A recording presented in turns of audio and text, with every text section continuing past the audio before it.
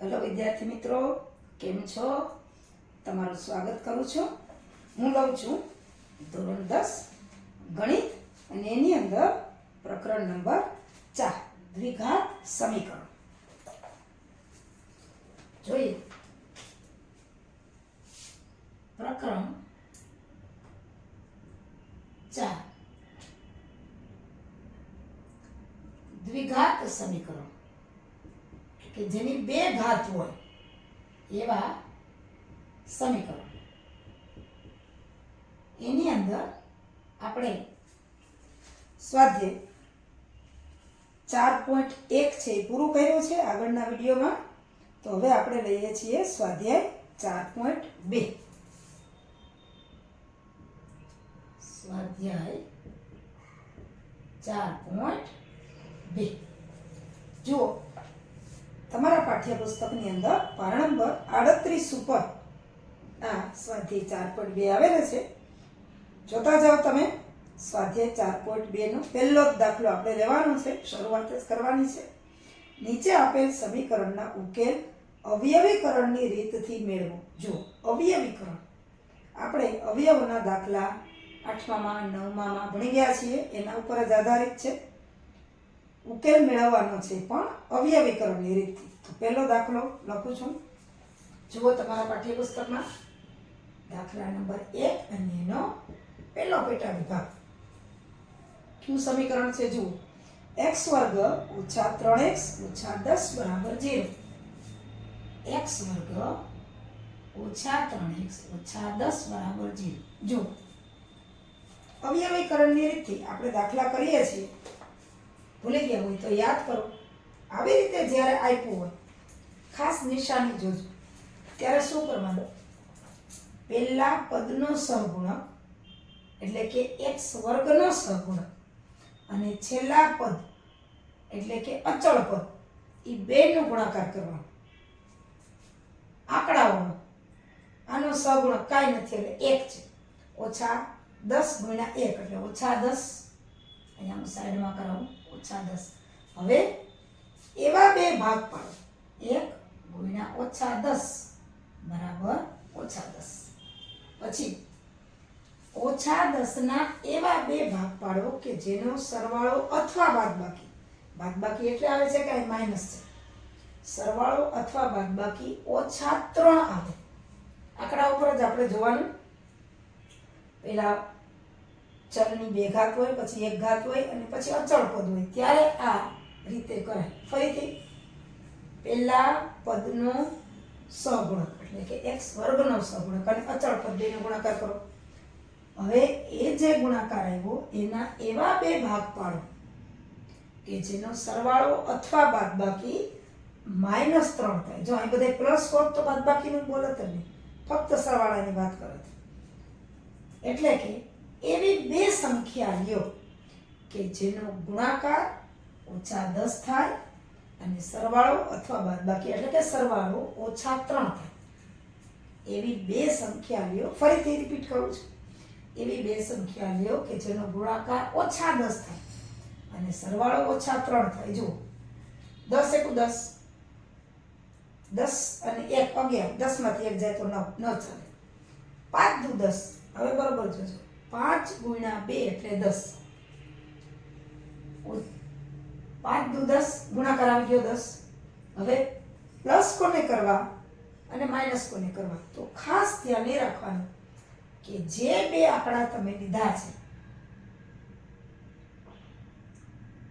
5 અને 2, એ બે આંકડામાં જે આંકડો મોટો હોય એને અહીંયા જે નિશાની હોય વચલા પદની એ લગાડી દેવાની. અહીંયા છે નિશાની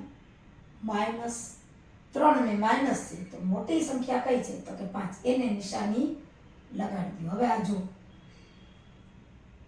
આ બેનો ગુણાકાર કરીએ તો ઓછા 10 થાય અને ઓછા 5 વત્તા 2 સરવાળો કરો તો ઓછા 3. આપણે અહીંયા ઓછા લેવાતા એટલે 5 ને ઓછા કર્યા. હવે ધારો કે આ જો વત્તા હોત તો 5 ને આપણે વત્તા કરો અને 2 ને માઇનસ કરતા, કારણ કે ગુણાકાર તો આપણે માઇનસ જોઈએ જ છે. એટલે ફરીથી પહેલા અને છેલ્લા પદનો ગુણાકાર. x ને x સિવાયના જે આંકડા હોય ને પહેલા અને છેલ્લા પદનો ગુણાકાર નિશાની સહિત માઇનસ. એવા બે આંકડા લ્યો કે જેનો ગુણાકાર પહેલા અને છેલ્લા પદનો ગુણાકાર થાય અને સરવાળો વચ્ચેનું પદ થાય. આ યાદ રાખવાનું. હવે મારે ઓછા 3x છે એના બે ભાગ કરવા છે એટલે ઓછા 5 વત્તા 2. 3 ને હું કેવી રીતે લખીશ તો કે ઓછા 5 વત્તા 2 બરાબર ઓછા 3. તો હવે 5 પહેલા પણ લખાય અને 2 પહેલા પણ લખાય, કોઈ પણ લખાય, પણ પહેલા જોવાનું કે અહીંયા હું 5 લખું અને અહીંયા 2 લખું તો 10 માંથી તો 5 અને 2 બેમાંથી કોઈ પણ સામાન્ય છે નીકળી જશે એટલે x વર્ગ. હવે જુઓ ઓછા 3 ના બે ભાગ પાડવાના છે. ઓછા 5 વત્તા 2 પેલા 2 કે 5 કોઈ પણ લખીએ. આગળ સામાન્ય રીતે સાદુરૂપ ઝડપથી નીકળે એવી રીતના આંકડા લખવાના છે. નિશાની ખાસ ધ્યાન રાખજો. એટલે વત્તા 2x ઓછા 5x ને બાકીની જે રકમ છે એમને મેં ખાલી શું કર્યું ઓછા જે 3 છે એના બે ભાગ કર્યા. વત્તા 2 ઓછા 5 એનો જવાબ તો ઓછા 3 જ આવશે. ઓછા 5 વખત x ને વત્તા 2 વખત x એનો જે સરવાળો ઓછા 3 થાય. એટલે મેં આ 3 પદની હતી પદાવલીને મેં 4 પદ કરી નાખ્યા. હવે શું કરશું આ 2 પદ અને આ 2 પદને આપણે ભેગા લેવાના છે. આમાંથી શું સામાન્ય નીકળે જોવાનું. આમાં બેમાં શું સરખું છે તો કે x. તો અહીંથી વધશે x અને અહીંથી વધતા x તો વયા ગયા બાર એટલે 2. હવે ખાસ ધ્યાન રાખજો આવો જ કૌંસ અહીંયા આવવો જોઈએ નિશાની સહિત. પ્લસ છે તો પ્લસ જ આવવા જોઈએ. અહીંયા x + 2 જ આવવા જોઈએ. જો હવે અહીંયા 2 માઇનસ છે આપણે કૌંસમાં પ્લસ લેવા છે એટલે માઇનસ. આમાંથી 5 × 5 ને 5 × 10 એટલે -5 નીકળે. x ન નીકળે કારણ કે અહીંયા x નથી. અહીંયા તો બે પદમાં x હતા એટલે x નીકળ્યા. હવે જુઓ અંદર આપણે વત્તા આ જ કૌંસ મૂકવાનો છે. x + 2 બરાબર 0. હવે ગુણાકાર કરી જુઓ ઉપરનો પદ આવવું જ જોઈએ અને ખાસ નિશાની જોવાની. x × x x વર્ગ, x ગુણ્યા વત્તા 2 એટલે 2x. હવે ઓછા 5 × x એટલે ઓછા 5x. હવે ઓછા 5 ગુણ્યા વત્તા 2x એટલે 5 દુ 10 ઓછા ગુણ્યા વત્તા એટલે ઓછા 5 દુ 10 આવી ગયું. કૌંસ બે જગ્યાએ સરખા કરવાના. હવે બે જે પદ છે આ પદ અને આ પદ એમાંથી સરખું શું છે તો કે આ કૌંસ છે તો એને બહાર લઈ લો x + 2. બાકીનું બધું બીજા કૌંસમાં જવા દો એટલે અહીંથી વધશે x અને અહીંથી વધશે ઓછા 5 બરાબર 0.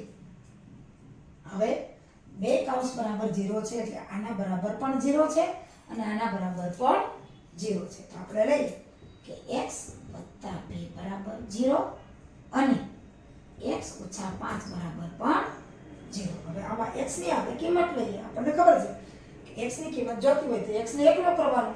x ની બાજુમાં જે હોય બરાબરની સામેની બાજુ જાય. જેવી રીતે અહીંયા એ જ રીતે અહીંયા x બરાબર તો x બરાબર 2 અહીંયા પ્લસ છે સામે જશે તો માઈનસ અને અહીંયા x બરાબર અહીંયા 5 માઈનસ છે સામે જશે તો પ્લસ. સામાન્ય રીતે આપણે પ્લસ લખતા નથી એટલે આ જે x ની કિંમત છે એ જ ઉકેલ છે. ઉકેલ કયો કે શૂન્ય કયો કે બીજ કયો કે x ની કિંમત કયો બધું એક જ.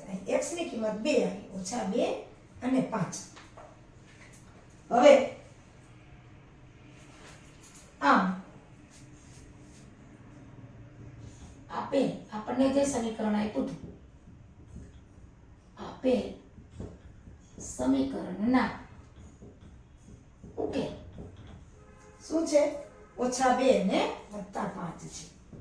ઓછા 2 અને 5 છે. હવે તમને એમ થાય કે આ ઉકેલ સાચો છે ખોટો.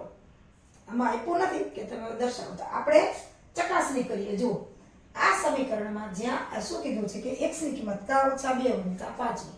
હવે x ની કિંમત પહેલા ઓછા 2 લઈ લઈએ તો ચકાસણી એટલે કે આપણે આ તો મોઢે પણ થઈ જાય પણ પહેલો દાખલો છે એટલે તમને કરાવી દઉં. ચકાસણી કરી x બરાબર ઓછા 2 લેતા તો જે સમીકરણ છે એમાં આપણે x ની જગ્યાએ -2 મૂકી દઈએ. સમીકરણ કેવું છે? x વર્ગ ઓછા 3x ઓછા 10 બરાબર 0. જો બરાબરની બે બાજુ સરખી આવે તો આપણો ઉકેલ છે એ સાચું છે. x બરાબર -2 લઈએ. -2 નો વર્ગ ઓછા 3 ઓછા 2 ઓછા 10 બરાબર 0. હવે જો -2 નો વર્ગ એટલે +4 થાય. -2 ગુણ્યા -2. હવે અહીંયા -3 ગુણ્યા -2 એટલે 3 દુ 6 એટલે ઓછે ઓછે વત્તા ઓછા 10 બરાબર 0. હવે જો વત્તાનો સરવાળો કરો અને ઓછાનો સરવાળો કરો તો 6 ને 4 10 ઓછા 10 બરાબર 0 થઈ ગયા. +10 ને -10 +10 ને -10 0 થાય એટલે -2 સાચો છે. હવે x બરાબર 5 લેતા એ જોઈ લઈએ આપણે. અહીંયા જ્યાં x છે ત્યાં 5 મૂકી દેશું એટલે કે 5 નો વર્ગ ઓછા 3 5 ઓછા 10 બરાબર 0. આપણને ખબર છે તમને બધાને 5 નો વર્ગ 25 થાય ઓછા 3 પંચા 15 અને ઓછા 10 બરાબર 0. હવે ઓછા ઓછાનો સરવાળો કરી નાખીએ તો કે 25 ઓછા 10 ને ઓછા 15 એટલે ઓછા 25 બરાબર 0 થઈ ગયા.